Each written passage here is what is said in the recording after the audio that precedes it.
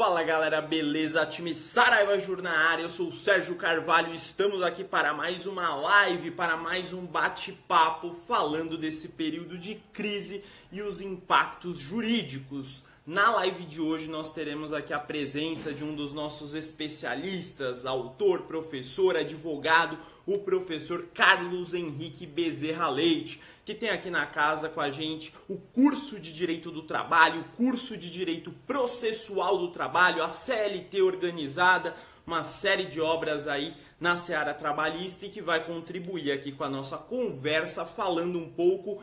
E os pagamentos? Como é que eles vão ficar? O funcionário, aquele que é empregado, CLT, e aquele que está sem emprego, aquele que é autônomo, aquele que é informal, como é que funciona isso? Quais foram as medidas efetivas que o governo tomou e como é que elas vão se aplicar na prática? Então, olá, professor Bezerra Leite, tudo bem com o senhor? Tudo bem, meu amigo? Como é que você está, rapaz? Tudo certinho? Tudo em paz, graças a Deus estamos aqui.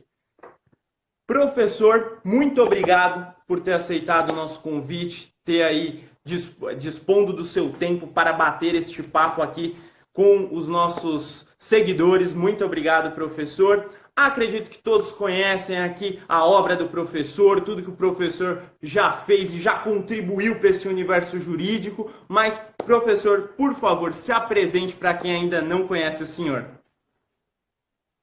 Bom, eu sou o professor Carlos Henrique Bezerra Leite, né? Sou escritor da Saraiva Jurídica, e tenho praticamente 5 livros, né? Pela Saraiva. Tem um curso de Direito Processual do Trabalho, está na 18ª edição, um curso de Direito do Trabalho, está na 12ª edição, todas de 2020. Tem uma CLT organizada, que está na 7ª edição. Tem o Ministério Público do Trabalho, que vai ser agora a 9ª edição 2020. E tem alguns outros livros lá, avulsos, assim, versando sobre reforma trabalhista, reforma do processo civil, repercussão do processo de trabalho, enfim. Eu tenho uma parceria muito gratificante com a editora Saraiva, né? Grandes amigos eu tenho nessa editora, e é um prazer, né, estar sempre conversando a respeito desses temas cada vez mais palpitantes e, ao mesmo tempo, aflitantes que estamos passando, né? E espero que a gente possa dar uma contribuiçãozinha, pelo menos para orientar, e informar e dividir conhecimentos, né? Só uma coisa que quanto mais a gente divide, mais a gente aumenta, é o conhecimento, né? Boa, professor. Excelente. Maravilha, professor. Então vamos lá, vamos começar esse bate-papo aqui. Eu estava explicando para o pessoal antes de começar que a gente tem duas medidas aí recentes, bem interessantes e que causam uma certa dúvida, que é a medida provisória 936 e nós temos a Lei 13.982, que são medidas que eu sinto que o pessoal está fazendo uma confusão. Professor, você pode começar explicando para a gente a diferença dessas medidas, por favor?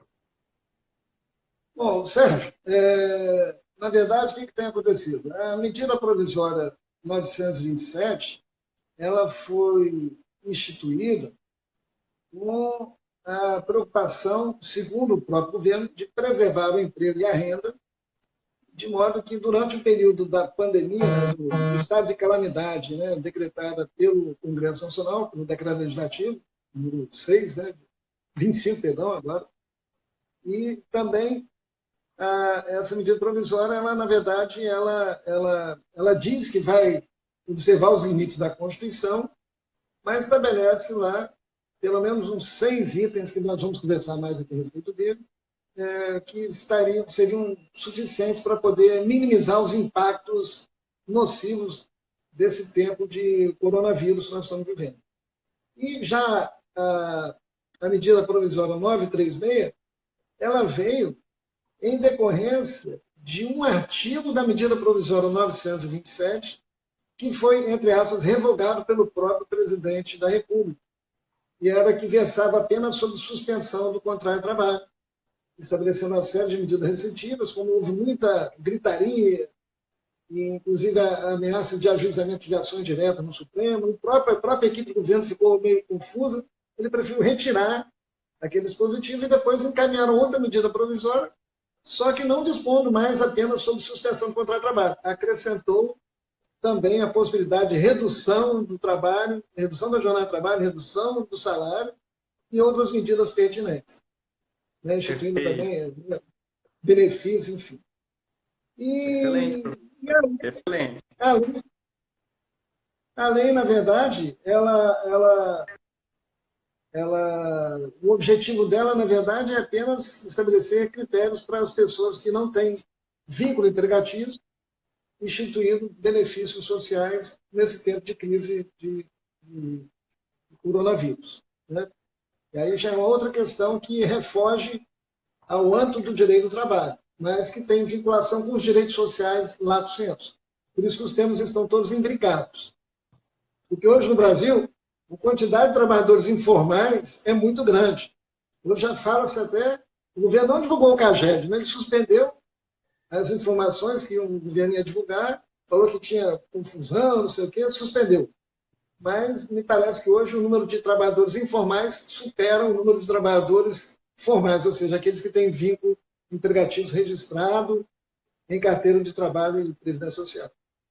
Excelente, excelente. Olha aí, pessoal. E, O professor deu uma visão geral aqui para a gente bem interessante de quais são as medidas, do que a gente vai encontrar em cada uma delas e agora a gente pode ir começando a aprofundar alguns pontos dentro de cada uma dessas medidas para você ficar ligado. Então vá anotando essa aula que o professor vai nos dar. Professor, então vamos lá, vamos falar um pouquinho. Eu acho que hoje o tema mais comentado quando a gente fala de direito do trabalho é da medida provisória 936 e as possibilidades que ela trouxe de redução de jornada, a possibilidade desse pagamento desse auxílio pelo governo. E aí, professor, essa foi uma boa medida? Ela trouxe aí um amparo interessante para o trabalhador? olha, Sérgio, na verdade, todos nós estamos vivendo um tempo difícil. E, ao contrário do que se poderia imaginar até algum tempo atrás, de que do chamado Estado mínimo, em que o Estado deveria se ater apenas às questões de saúde, educação e deixar o resto tudo por conta da iniciativa privada, deixar tudo ao talante da vontade, da manifestação da autonomia da vontade, enfim, a ideia de retirar o Estado é muito grande, etc. Hoje o mundo todo está assistindo exatamente ao contrário. Nós precisamos de um Estado forte, mas não tirânico, um Estado que seja realmente preocupado em promover o bem comum, ou seja, em criar condições de empregabilidade, de investimentos, de empreendimentos, etc. E tal. E ele não pode ficar simplesmente como mero espectador assistindo esses grandes problemas. E nós, por que pareça, né? Houve a necessidade de uma contaminação em nível mundial, uma pandemia, para alertar os governos de que, olha, o Estado é muito importante para tentar intervir nessas situações de crise e evitar o caos.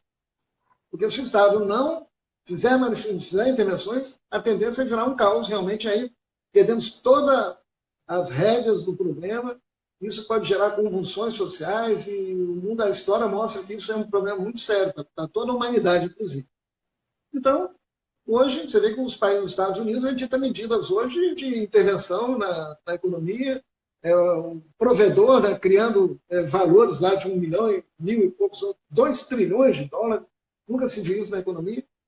A maior manifestação do liberalismo econômico é nos Estados Unidos. E ele mesmo abandonou essa ideia e passou a editar prestações estatais positivas típicas dos estados que estão mais uma vertente mais social, mais socializante. Não diria nem socialistas. Há uma diferença, né? A gente tem que saber disso. Hoje não podemos falar em capitalismo puro nem em socialismo puro, não existe mais. Há uma imbricação desses dois sistemas e eu acho que a medida provisória, de uma certa medida, o Estado quis fazer isso.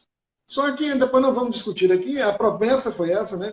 No sentido de preservar a empregabilidade, preservar a renda, evitar a quebradeira de empresas, ele editou essas medidas. Eu acho que ele fez bem em ter feito isso. Agora, o conteúdo, aí eu acho que cabe a nós, né, da área do direito principalmente, né, tentar fazer a melhor interpretação que se adeque a uma Constituição. Porque, na verdade, Winston Churchill já dizia, né, a democracia é o pior modelo que existe se comparado a tudo de ruim que já aconteceu até hoje, a gente não conheceu no mundo. Então, A democracia ela é fundamental. A democracia. E nós vivemos um Estado democrático de direito. Então, é preciso que haja um Estado constitucional, por isso eu digo, um Estado constitucional soberano, que passe a editar, né, os seus vários órgãos estatais, enfim, medidas para promover o bem comum e minimizar os efeitos deletérios dessas crises. Aí cabe a nós agora discutirmos, né, os aspectos de constitucionalidade, de validade, eficácia, eficiência dessas novas normas jurídicas. Nós não podemos ignorá-las mais, elas já estão aí, estão em vigor, têm vigência pela própria Constituição, vamos discutir juridicamente o que, que nós podemos contribuir. Então, a minha discussão é uma discussão técnica, do ponto de vista jurídico, e espero que seus leitores aí possam acompanhar e ficarem à vontade até ouvir os debates, as discussões, aí, as críticas, são muito bem-vindas. Maravilha, excelente, excelente. Olha aí o professor já trazendo uma visão maior, macro da situação que realmente a gente vive um período complicado, um período difícil, o governo realmente tem que agir, atuar, porque afinal de contas isso pode gerar aí uma crise, pessoas que estão perdendo emprego, infelizmente, toda uma situação que sem atuação estatal realmente vai ficar muito difícil de ser superada da melhor forma. Então, beleza, olha lá, hein? Olha, o professor já explicou quais são as medidas legais que a gente tem aqui neste momento, já deu esse panorama geral com a visão dos direitos sociais, aí uma vertente constitucional, porque afinal de contas a gente não pode ter uma medida que vá contra a Constituição. E agora a gente entra no micro e vamos conversar um pouquinho sobre algumas coisas, professor. Eu elenquei aqui alguns pontos, mas fique à vontade para desdobrar como preferir. Então, uma primeira medida foi a questão da redução da jornada de trabalho, podendo aí ser de 25%, 50% ou até de 70% e, por consequência, a redução salarial. Essa medida seria constitucional, professor? Pode ser dessa maneira?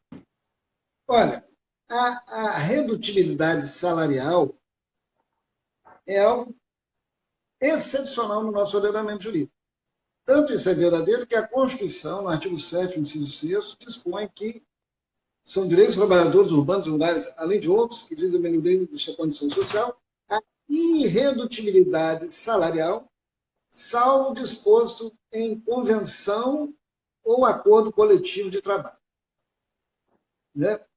Então, alguns falam assim, mas será que esse direito é uma cláusula pétrea, não pode ser alterado por PEC, um projeto de emenda constitucional? Eu digo assim, olha, o que o legislador constituinte originário fez foi enaltecer o princípio da irredutibilidade salarial, porque esse princípio está vinculado à dignidade da pessoa humana, que é o núcleo central do Estado Democrático de Direito, bem como do valor social do trabalho e do valor social da livre iniciativa, que são os pilares do Estado Democrático de Direito. Então, o salário ele estabelece aquela condição mínima, chamado mínimo existencial, sem o qual a dignidade da pessoa, a vida digna de ser vivida, fica comprometida. Então, estabeleceu o princípio da irredutibilidade salarial. No entanto, o Constituinte foi sábio. Ele falou, olha, eu vou colocar esse princípio, mas todo princípio tem exceções. Como qualquer direito, não é absoluto. Vai surgir algumas situações em que, ou vão surgir situações em que esse princípio vai ter que ser, vamos dizer assim, flexibilizado. Essa é a palavra, flexibilizado. Mas, certamente, o Constituinte, falou, essa flexibilização vai ficar a cargo dos atores sociais envolvidos. Ou seja, o Estado não pode ter uma lei reduzindo o salário. Não pode ter uma medida provisória reduzindo o salário. Não pode ter uma PEC reduzindo o salário. Mas o Constituinte, no alto da sua sabedoria, falou, mas o patrão e o empregado, por meio de suas categorias profissionais, suas representações sindicais, poderão, em momentos de crise, ninguém melhor do que eles para sopesar o que é mais vantajoso, reduzir o salário ou manter o emprego. Quem vai falar isso são os atores sociais, não é o Estado que vai falar isso. O Constituinte já deixou isso a cargo desses atores sociais. Tanto é verdade que a Constituição reconhece os acordos e as convenções coletivas no inciso 26, do artigo 7º. E ao reconhecer os acordos e as convenções coletivas como direitos fundamentais dos trabalhadores, ela foi lá em 3 passagens, permite a flexibilização do salário, da jornada, né, da duração normal do trabalho e do turno ininterrupto de revezamento mediante negociação coletiva. O que tem de, a meu ver, a ser discutido juridicamente é o quê? A CLT, no artigo 503, prevê a redução de salários, né, no caso de crise, de força maior, enfim, por ato unilateral do empregador, essa redução não poderia ser superior a 25% do salário do empregado. No entanto, a doutrina praticamente majoritária sustenta que esse dispositivo da CLT não foi recepcionado pela Constituição, já que a Constituição não permite que o Estado reduza salário em hipótese alguma. Só quem pode reduzir, excepcionalmente, são os atores sociais envolvidos, ou seja, a autonomia privada coletiva que entra em cena, de modo que o trabalhador não se sinta fragilizado, porque ele individualmente ele é a parte fraca na relação, é como a relação entre pai e filho, a relação de consumo, enfim. O Estado reconhece que existem alguns sujeitos que são hipossuficientes, do ponto de vista econômico, técnico, financeiro, enfim.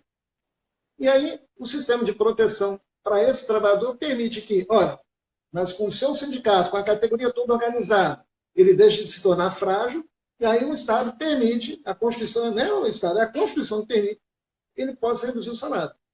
Aí presume que aí deixa de ter aquela situação de hipossuficiência, já que os trabalhadores estão sendo representados por uma entidade, uma pessoa jurídica, que vai discutir com outra pessoa jurídica condições de trabalho. E essa é a ideia da Constituição. No entanto, a medida provisória invoca uma situação de calamidade para, a meu ver, nesse particular, afrontar a Constituição, estabelecendo o princípio da supremacia da vontade individual do empregador sobre a vontade coletiva dos trabalhadores, sobre os interesses coletivos, e, a meu ver, sobre o interesse público, que a Constituição não permite que se reduza e não abriu nenhuma exceção. O que ela falou? Irredutibilidade salarial, salvo o disposto em convenção, a qual não tem mais outra exceção. E aí vem a questão da possibilidade de uma PEC, para isso já se fala uma PEC, para dizer, não, em situações excepcionais pode reduzir também, pensando que a gente vai ter mais vírus, mais conturbações lá para frente. Eu acho que realmente não foi essa a intenção do legislador constituinte originário, que foi estabelecer o princípio. Tanto é que para servidor público não pode haver redução em hipótese alguma, porque o servidor público não se reconhece ao servidor público com acordo ou convenção coletiva. Então o governo vai entrar em problemas sérios. Ou seja, ou vai ser iniciativa do trabalhador, quando o trabalhador ou o servidor toma iniciativa, aí não é o Estado nem ninguém que está reduzindo. Ele que quer reduzir a jornada para reduzir o salário, porque ele tem outros interesses para fazer. Vai fazer um doutorado, vai fazer alguma coisa. Ele tem interesse em reduzir o salário e reduzir a jornada. Mas, afora essa situação, ele não pode, é indisponível, a indisponibilidade é máxima. Ele individualmente não pode abrir mão do seu salário para reduzir, porque ele está comprometendo a sua própria dignidade, a sua própria existência digna. E aí, realmente, vamos saber o que é o interesse público. E, para mim, o interesse público hoje chama-se dignidade da pessoa humana. O Estado tem que existir para proteger a dignidade da pessoa humana. Então, me parece que somente pode reduzir salário mediante acordo coletivo ou convenção coletiva. E aí me parece que peca a medida provisória ao enaltecer a subversão do princípio da autonomia coletiva privada e estabelecer uma autonomia privada individual, que vai ser a vontade unilateral do empregador, se o empregado aceita ou não. Se não aceitar, ele vai exercer o poder de dispensar. Por quê? Porque somente se houver redução do salário ou a suspensão do contrato de trabalho é que o trabalhador terá uma garantia, entre aspas, provisória no emprego. Se não reduzir salário nem suspender contrato, o empregador pode despedir, como faz hoje, e vai alegar simplesmente motivo de força maior. Então, para mim, há uma encruzilhada nessa medida provisória. Por quê? Se o empregador não reduzir jornada e reduzir salário, e não suspender o contrato de trabalho, se não conseguir isso individualmente, ele vai dispensar e vai invocar motivo de força maior para reduzir pela metade os valores lá das indenizações a que teria direito o trabalhador. Então, me causa meio uma preocupação, porque só vai ter garantia no emprego, já estou antecipando esse tema, se houver redução do salário ou redução da jornada, concomitantemente, ou suspensão do contrato de trabalho. Então, há uma inconstitucionalidade. É verdade que a rede, o Partido Político da Rede, já ajuizou uma ação direta de inconstitucionalidade, está nas mãos lá do ministro Lewandowski, que ainda não apreciou liminar. Eu soube disso hoje, agora à tarde, no início da tarde, e a discussão é exatamente essa, é que vai ser, o Supremo vai ter que se manifestar Talvez ele até em sede de liminar faça isso, eu acredito que não. É uma opinião pessoal minha, porque é uma questão, ele não vai segurar essa onda sozinho, o ministro, ele vai levar para o plenário, vai afetar o plenário, para o plenário decidir. Todas essas questões que surgiram nesse momento de coronavírus, os ministros dificilmente vão monocraticamente decidir isso. É a impressão que eu tenho. Perfeito, professor. Uma bela aula, a gente já percebeu aqui pontos controversos, pontos que precisam ser analisados com calma. E o professor, além de tudo, traz notícias aí de última hora, como essa do Supremo, que já tem uma adinha ali sendo discutida. Então a gente também está aqui atualizando vocês de como a coisa está se comportando. E olha que interessante, o professor já chamou atenção para coisas que a gente precisa gravar, precisa ter na memória. Tem essa questão de infringir ali, ter um problema com a Constituição, tem a questão aí da digamos aí uma estabilidade, uma garantia, como o professor apontou, só para quem estiver ali dentro das situações previstas na medida provisória, e aí é o que o professor apontou, se de repente então o funcionário não aceita, então pode ser que ele seja demitido, e aí não teria essa garantia que vai resguardar este funcionário. E aí o professor já cantou a bola para o seguinte, veja, a medida provisória não fala que precisa ser por convenção coletiva ou por acordo coletivo, ela deixa em aberto que o acordo individual poderia regulamentar ali essa situação e isso acaba tornando aí a situação mais frágil, mais preocupante de como ela vai se efetivar na prática. Então aqui a gente está fazendo uma análise de teoria, mas também levando para a prática o que a gente pode encontrar. Professor, dando continuidade à nossa conversa, acho que um ponto que é interessante a gente abordar aqui de alguma forma é a questão do trabalhador intermitente, que é mencionado ali, um valor de R$ 600, que é o mesmo valor do Corona Voucher, e isso gerou uma certa dúvida. Professor, vamos pegar aqui uma parte de conceito. Quem é o trabalhador intermitente? Que figura é essa, por favor? Essa é uma figura que não é uma jabuticaba brasileira, não. Existem trabalhadores intermitentes em outros ordenamentos jurídicos. Só que o direito brasileiro foi importar isso, principalmente do direito português. O direito português prevê o trabalho intermitente, só que lá em Portugal, por exemplo, o trabalhador intermitente ele tem pelo menos tem direito a segurar pelo menos um mês durante um ano. No Brasil, não. Ele pode trabalhar um dia ou trabalhar 0 dias. Ele tem carteira anotada, vai ficar esperando o chamado empregador, mas não vai receber esse período em que ele está aguardando. A ideia no Brasil foi feito um trabalho intermitente, né, de maneira, a meu ver, equivocada, porque permite, inclusive, que esse trabalhador intermitente é aquele trabalhador que ele reúne todos os requisitos da relação empregatícia, salvo o requisito não eventualidade. Então, ele é subordinado, ele presta serviço por conta alheia, não é por conta própria, então ele é subordinado. O trabalho dele é de natureza remuneratória, onerosa, então ele recebe, se ele trabalhar, recebe, mas fica vinculado ao trabalho para receber. E o trabalho dele é um trabalho prestado por pessoa física, né? Não tem trabalhador, pessoa jurídica, não tem PJ intermitente, e é a pessoa física que presta pessoalmente, né? Tem que haver pessoalidade, não pode delegar para outro. E a diferença é que ele não precisa ser não eventual, ou seja, o trabalho dele é um trabalho eventual, vai ser chamado só para aquelas ocasiões. Era um chamado antigo biscateiro, aquele cara que faz um biscate. Aí o governo usou essa figura no sentido, olha, é preferível que ele seja intermitente a ser um biscateiro. E como tal, eu vou criar essa nova figura, e ao invés de fazer a inclusão dos biscateiros para a formalidade, não. O que houve na prática foi que alguns empregados formais passaram a ser intermitentes.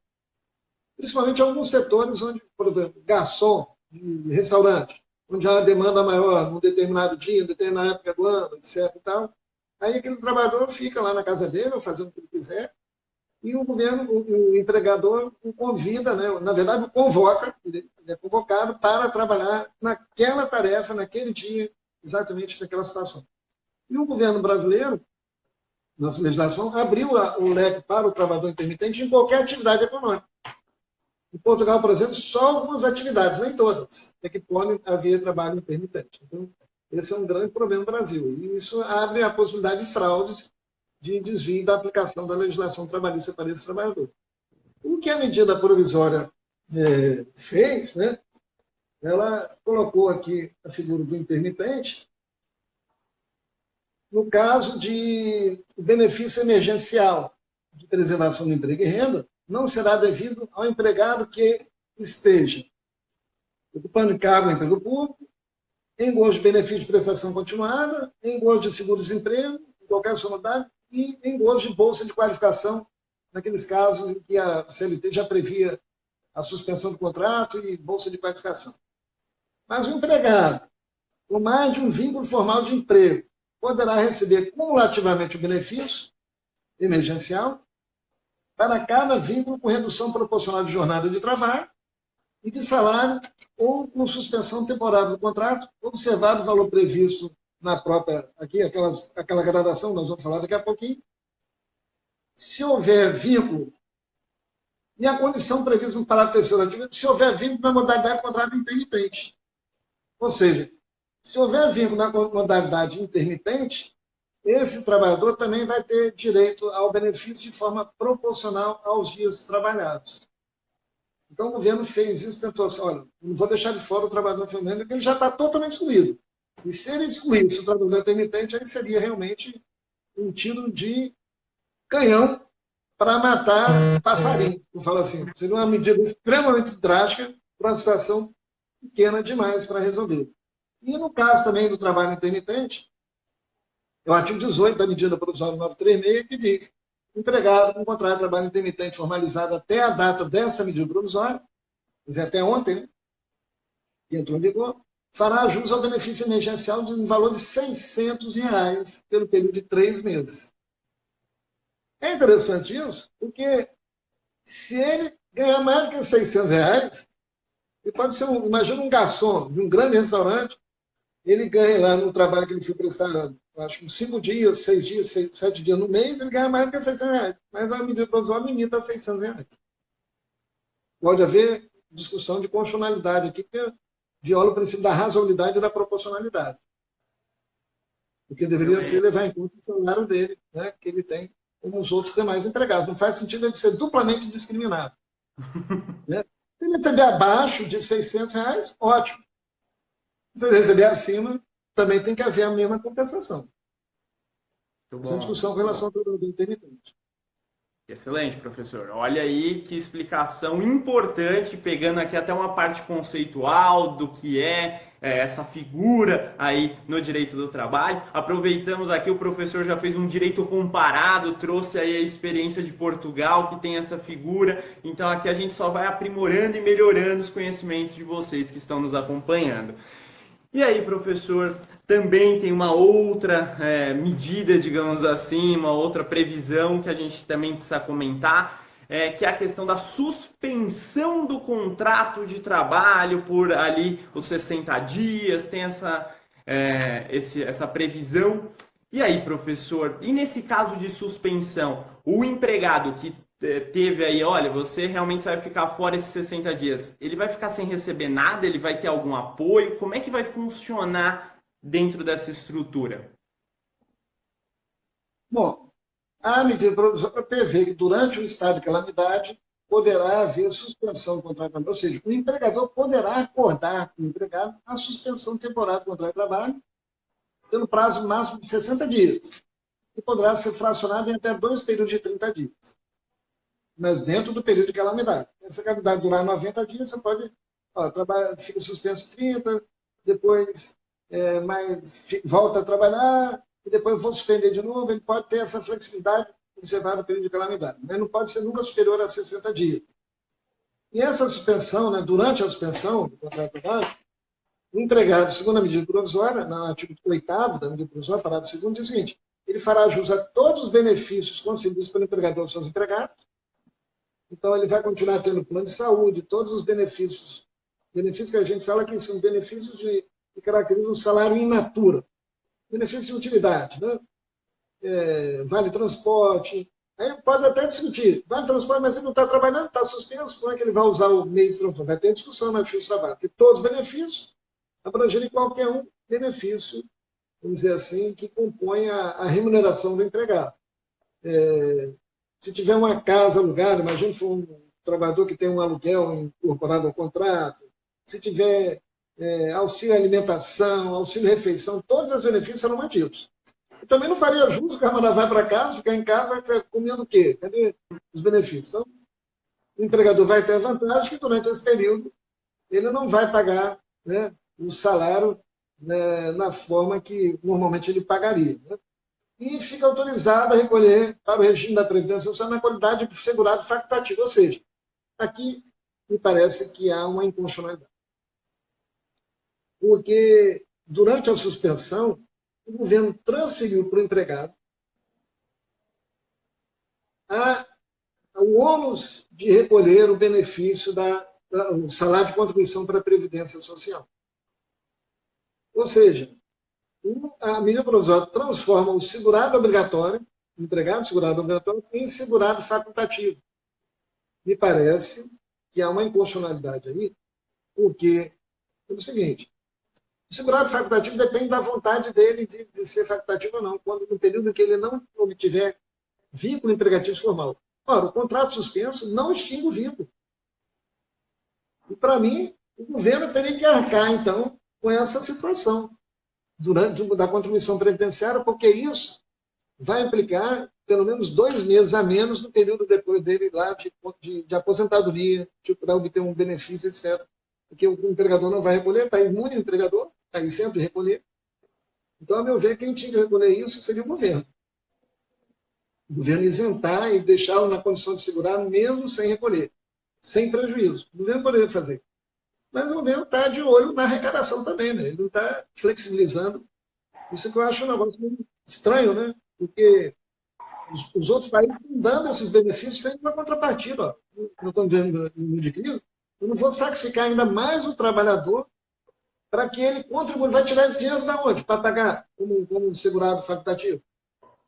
Se o contrato dele está suspenso, de onde ele vai tirar esse dinheiro? É uma questão prática, a meu ver, que vai gerar inconstitucionalidade, porque ele não é obrigado a se filiar, a manter o vínculo com a Previdência. Quem devia, o governo deve falar, durante a suspensão, ficam mantidos todos os direitos desse empregado, que é segurado obrigatório da Previdência Social. Isso para mim tinha que ter. Então, é uma discussão muito séria. Certamente isso vai descambar para a Justiça Federal, a ação em fase do INSS. Vai ter ação também que o empregado também pode pedir na Justiça do Trabalho que se reconheça esse período como não de suspensão, já que ele vai converter ele de segurado obrigatório em segurado facultativo. Então, que essa suspensão não é válida, ou seja, vai ter muita discussão sobre isso. Né? Entendi.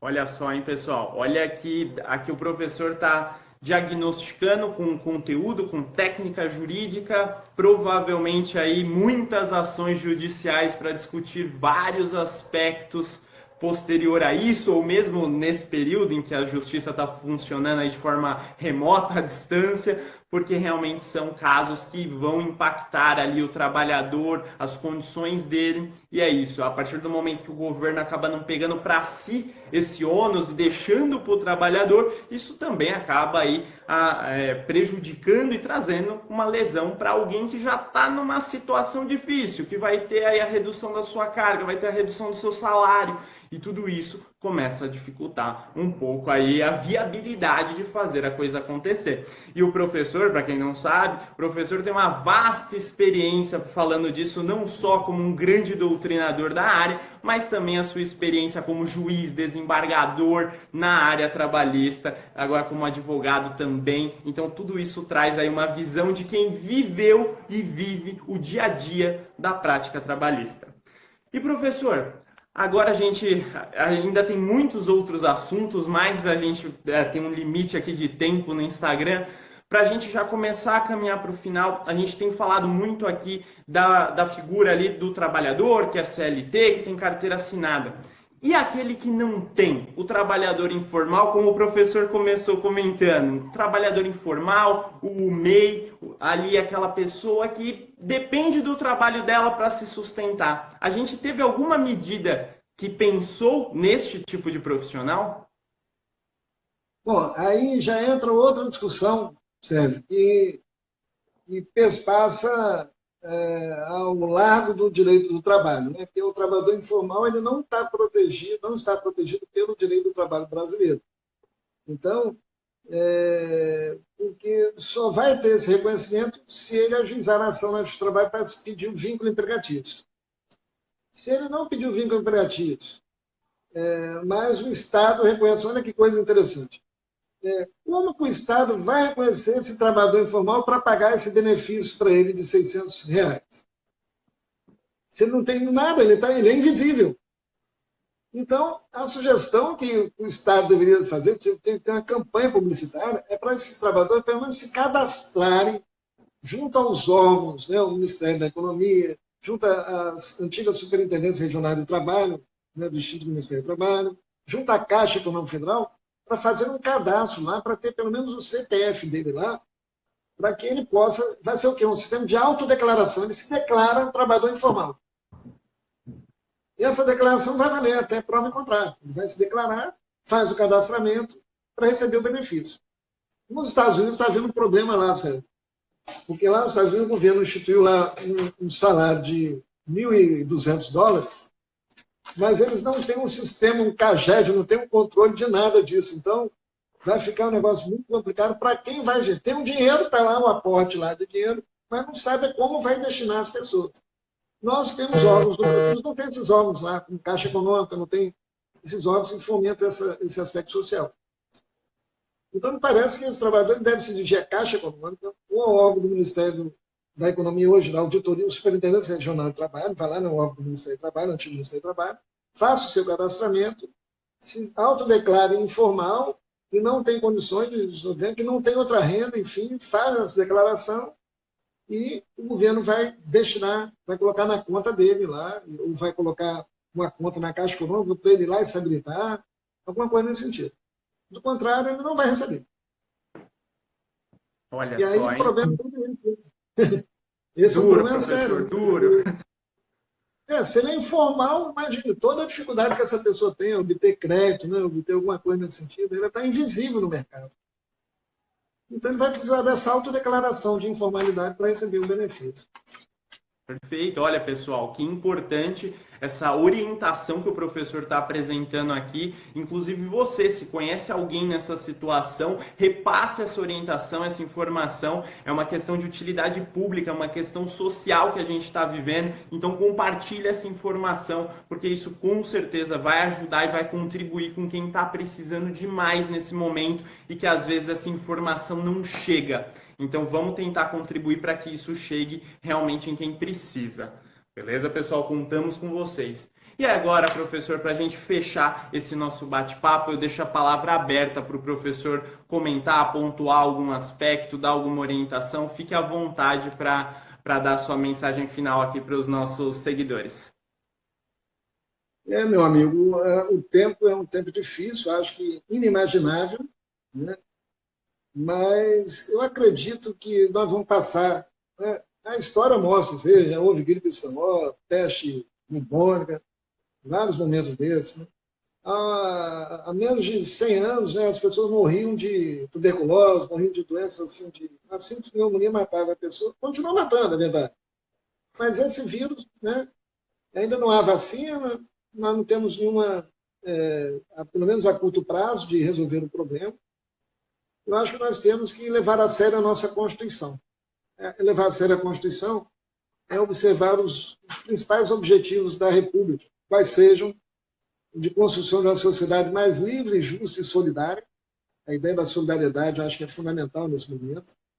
Eu acho que não é o momento da pessoa falar, vou me dar bem nessa crise, vou ganhar muito dinheiro, vou explorar, etc. Eu acho que não é esse o momento. Nesse momento, realmente não. Eu acho que as pessoas têm que reconhecer isso, que é um problema que aflige a própria humanidade, né? A própria existência da humanidade, colocar em risco a humanidade, essa discriminação, impactar aspectos sem nenhum tipo de controle. O póliovírus, a gente sabe, depois o vírus vai adquirindo imunidade, vai criando outros vírus, é um negócio bem complicado. Eu não sou da área de saúde para falar isso, mas a gente, pelo menos, tem um pouquinho de noção a esse respeito.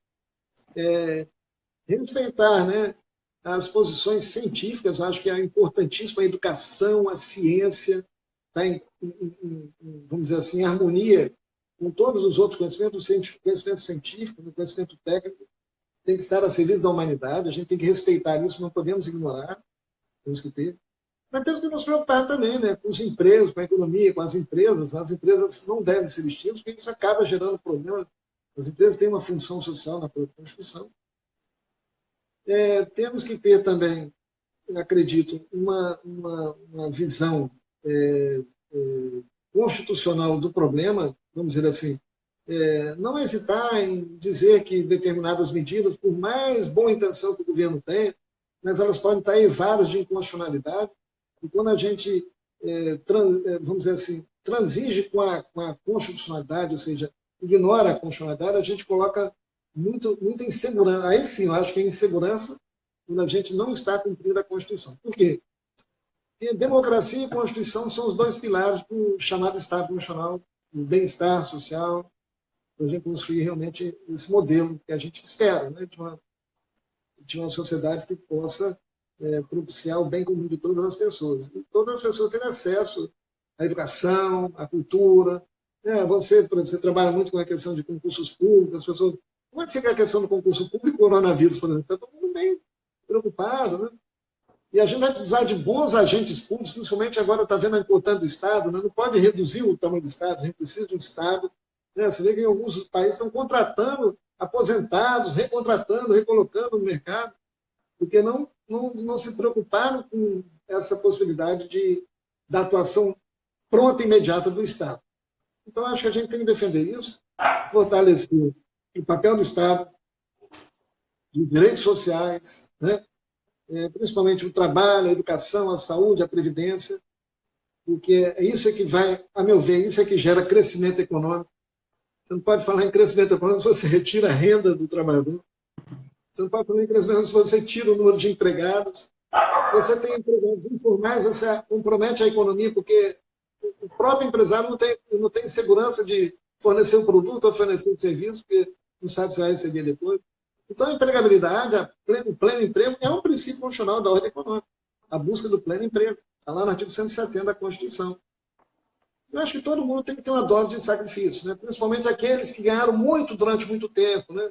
Os mega empresários, que a gente sabe, o setor bancário. Eu acho que os banqueiros tinham que ter um pouco mais de sensibilidade, principalmente os banqueiros, que sempre estão tendo lucros e lucros, batendo recorde de lucros, né? Mesmo nas crises, mesmo em 2008, mesmo naquela crise lá que houve, os banqueiros no Brasil continuaram tendo lucros. Então, acho que está na hora de baixar um pouco a bola, pensar melhor na população, no médio, pequeno, microempresário, nos trabalhadores, nos consumidores, e principalmente nesse povo aí invisível que são os informais, né? Esses moradores de rua, esses trabalhadores invisíveis. Isso eu acho que a gente tem que ter, né, uma preocupação mais atenta, né, porque eu acho que é isso que gera violência de toda ordem, né? Tem que os países onde tem empregabilidade plena, onde tem educação de qualidade, saúde de qualidade, e a violência é bem menor. Né? Você vê o que acontece no mundo, é isso aí. Então, fica aqui o recado. O papel do direito do trabalho, do processo de trabalho são fundamentais. A justiça do trabalho vai ser essencial, principalmente nesse momento pós-crise. A justiça do trabalho tem atuado com ações aí brilhantes do Ministério Público do Trabalho para assegurar a saúde no ambiente de trabalho, né? As condições mínimas necessárias para evitar o contágio, enfim. A justiça do trabalho depois vai ser o grande articulador social para pacificar esses conflitos. Vão ficar muitos problemas aí passivos, empresas que podem quebrar, trabalhadores desempregados, fome, violência, miséria. Então, acho que esses órgãos do Estado, a Justiça do Trabalho, ela é caracterizada pela celeridade, pela conciliação, ela vai ter um papel fundamental nesse contexto. Nada distinguir a Justiça do Trabalho. A Justiça do Trabalho tem que ser fortalecida, porque ela vai ser a grande, vamos dizer assim, mola mestra nesse momento pós-pandemia. Não tenho dúvida disso. Vai ter uma quantidade enorme de demandas Eu acho que a Justiça do Trabalho vai dar uma contribuição para pacificar, amortecer esses conflitos sociais. Esses conflitos vão surgir naturalmente. Perfeito, maravilha, professor. Só tenho a agradecer. Muito obrigado pela sua participação, por essa aula de direito do trabalho, direito constitucional, direitos sociais, que realmente agregou demais. Muitíssimo obrigado, professor. Tchau, tchau. Eu que agradeço, estou sempre às ordens, viu? Parabéns aí pelo seu programa, viu? Grande abraço. Muito obrigado. Tchau, tchau. Pessoal, que aula que nós tivemos, que incrível essa conversa, pena que nós temos um limite aqui de tempo, mas continuem mandando comentários, opiniões aí de outros assuntos que vocês querem ver aqui, que nós podemos trazer um dos nossos especialistas para falar sobre isso. E como a gente comentou, leve essas informações para as outras pessoas, porque dessa forma a gente também cumpre um papel social e realmente contribui para esse momento de crise que nós estamos passando. E juntos nós nos fortalecemos. E se você quer conhecer mais da obra do professor Carlos Henrique Bezerra Leite, ele tem algumas obras aqui na Saraiva, como o curso de Direito do Trabalho, o curso de Direito Processual do Trabalho, a CLT organizada, que pode ser utilizada em concurso, OAB. Então aproveite e se aprofunde, se aprimore neste período. Eu vou ficando por aqui e lembre, direito é Saraiva Jur. Até a próxima. Tchau!